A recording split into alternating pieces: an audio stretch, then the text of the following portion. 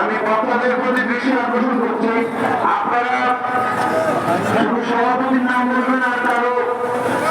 নাম বলতে হবে না, সবাই একেবারে সংক্ষিপ্ত অনেকে বক্তব্য রাখবেন। ইতিমধ্যে আমাদের কাছে উপস্থিত হয়েছেন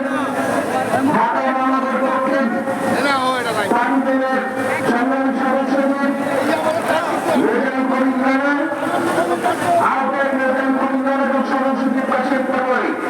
এই পর্যায়ে বক্তব্য নিয়ে আসবেন বাংলাদেশ জাতীয়তাবাদী দল কদমতলী থানাধীন ৫ নম্বর ওয়ার্ড বিএনপির সংগ্রামী সভাপতি জনাব রবিউল ইসলাম তিনি বক্তব্য নিয়ে আসবেন। আমাদের জাতীয় পরিষদ ঢাকা মহানগর দক্ষিণ সমন্বয় বক্তব্য আজকের এই সভার সভাপতি রবিউল আহমদ এবং আজকের এই সভার সভাপতি তারেক রহমান এবং বিশেষ অতিথি